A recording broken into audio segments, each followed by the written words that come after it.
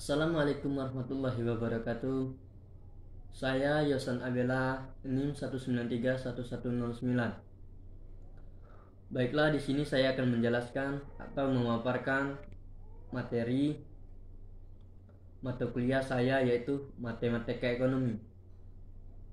Sebelum itu, terlebih dahulu yang pertama adalah saya akan menjelaskan sifat-sifat matematika ekonomi. Matematika ekonomi bukan merupakan cabang tersendiri dari ilmu ekonomi, tidak seperti keuangan negara atau perdagangan internasional. Matematika ekonomi lebih merupakan pendekatan untuk analisis ekonomi. Para ahli ekonomi atau ekonom menggunakan simbol matematis untuk menyatakan permasalahan dan juga menggunakan dalil-dalil matematis yang terkenal untuk membantu di dalamnya atau pembahasannya. Matematika ekonomi dapat digunakan dalam teori ekonomi makro atau mikro, keuangan negara, ekonomi perkotaan, dan lain-lain. Adapun perbedaan mendasar matematika ekonomi dan non-matematika ekonomi. Yang pertama, asumsi dan kesimpulan dinyatakan dalam simbol matematis, mengandung persamaan-persamaan. Permasalahan diselesaikan dengan dalil matematis. Non-matematika ekonomi, asumsi dan kesimpulan dinyatakan dalam kata-kata, mengandung kalimat-kalimat. Permasalahannya diselesaikan dengan logika. Perbedaan mendasar matematika ekonomi dan ekometrika. Yaitu perbedaan yang pertama adalah matematika ekonomi. Pertama, penerapan matematis pada aspek teoritis murni dari analisis atau analisa ekonomi. Yang kedua, mengabaikan masalah statistik. Yang ketiga, bahan teori atau analisa teoritis. Yang keempat, penalaran deduktif atau deduktif. Ekometrika. Yang pertama, pengukuran data ekonomi. Yang kedua, pengamatan empiris atau analisa empiris. Yang ketiga, penaksiran dengan metode statistik. Yang keempat, pengujian hipotesa. Hubungan antara matematika ekonomi dan ekometrika. Teori harus diuji terhadap data empiris untuk kebenarannya sebelum diterapkan, sedangkan statistik memerlukan teori ekonomi untuk dapat menentukan arah penelitian yang paling relevan dan bermanfaat. Jadi, matematika ekonomi sebagai prasyarat untuk mempelajari statistik dan ekometrika. Bahasa yang digunakan ringkas dan tepat, kaya akan dalil-dalil matematis sehingga mempermudah pemakaiannya, mendorong kita untuk menyatakan asumsi-asumsi secara jelas sebagai prasyarat mempergunakan dalil matematis. Yang berikutnya adalah memungkinkan kita untuk mempergunakan sebanyak n variabel.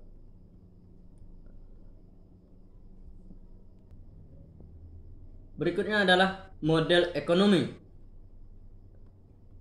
Ada beberapa model dalam ekonomi.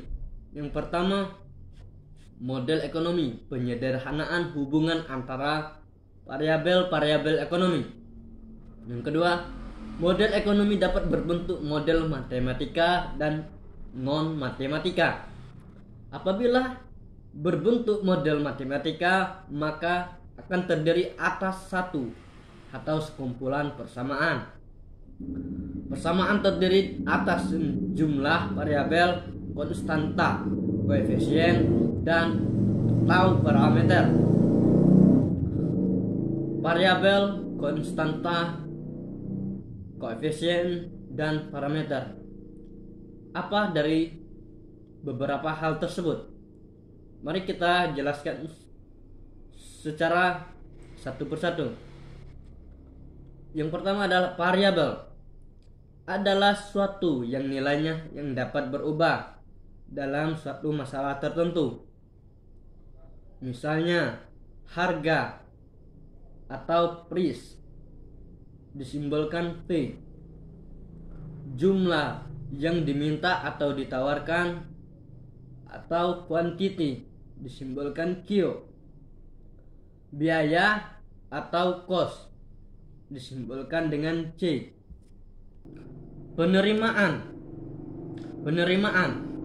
atau revenue disimbolkan dengan R. Investasi atau investment I. Tingkat bunga atau interest rate disimbolkan dengan I, dan lain-lain. Akan tetapi jika telah dinyatakan bahwa P sama dengan 3 atau C sama dengan 18, maka nilai variabel ini sudah tertentu, yaitu 3 untuk P dan 18 untuk C dalam satuan yang dipilih secara tepat. Variabel terdiri dari beberapa. Yang pertama adalah variabel endogen, yaitu variabel yang nilai penyelesaiannya diperoleh dari dalam model. Variabel eksogen, variabel yang nilainya diperoleh dari luar model atau suatu ditentukan berdasarkan data yang ada. Konstanta adalah suatu bilangan nyata tunggal yang nilainya tidak berubah-ubah dalam suatu masalah tertentu. Koefisien adalah angka penggali terhadap variabelnya, misal 5R, 4P atau 0,3C.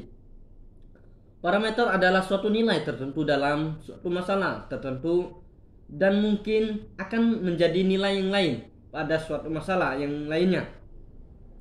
Biasanya dilambangkan dengan huruf awal abjad Yunani atau Arab. Persamaan dan pertidaksamaan. Persamaan adalah pernyataan bahwa dua lambang atau adalah sama, disimbolkan dengan tanda dibaca sama dengan. Pertidaksamaan adalah suatu pernyataan yang tidak menyatakan bahwa dua lambang adalah tidak sama, disimbolkan dengan tanda baca lebih kecil atau baca lebih besar. Persamaan dalam matematika ekonomi dan bisnis terdiri dari tiga macam, yaitu yang pertama persamaan definisi atau identity. Yang kedua persamaan perilaku, behavioral equation adalah suatu persamaan yang menunjukkan bahwa perubahan perilaku suatu variabel sebagai akibat dari perubahan variabel lainnya yang ada hubungannya. Yang ketiga adalah persamaan bersyarat, conditional equation adalah suatu persamaan yang menggambarkan persyaratan untuk pencapaian keseimbangan atau equilibrium. Yang berikutnya adalah sistem bilangan nyata. Bilangan nyata bisa kita jabarkan bil rasional, bil irasional, bil rasional, dan bil bulat. Meneruskan bil negatif 0, bil positif, bil irasional, bil pecahan. Adapun konsep himpunan. Konsep himpunan adalah suatu konsep yang paling mendasar bagi ilmu matematika modern pada umumnya dan di bidang ilmu ekonomi dan bisnis pada khusus, karena dalam hal pembentukan kita harus menggunakan himpunan atau sekelompok data observasi dari lapangan.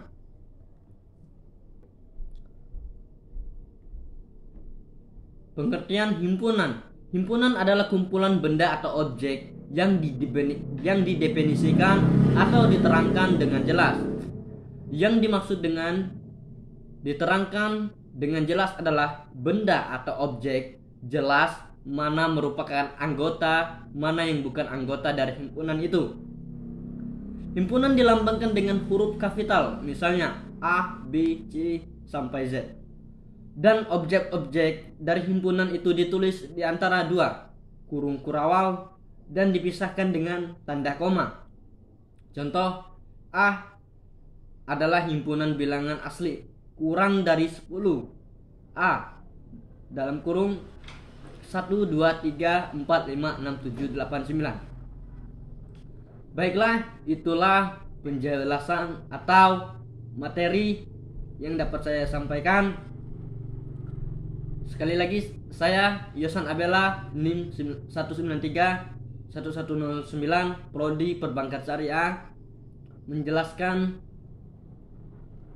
beberapa aspek dasar dari apa itu matematika ekonomi.